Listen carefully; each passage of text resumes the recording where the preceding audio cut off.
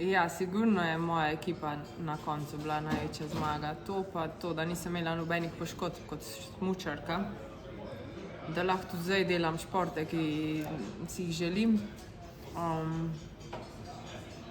Uspeh je posledica. Jaz mislim, da mogoče največja zmaga je v tem, da sem v trenutku, ko je bilo treba narediti tisti skok iz druge uvrščene na prvo uvrščeno, da sem takrat imela ob sebi ljudi, ki so me pripravili na to, da lahko grem na najvišji nivo. Problem je bil pa meni tam ostati, ker ne vem zakaj.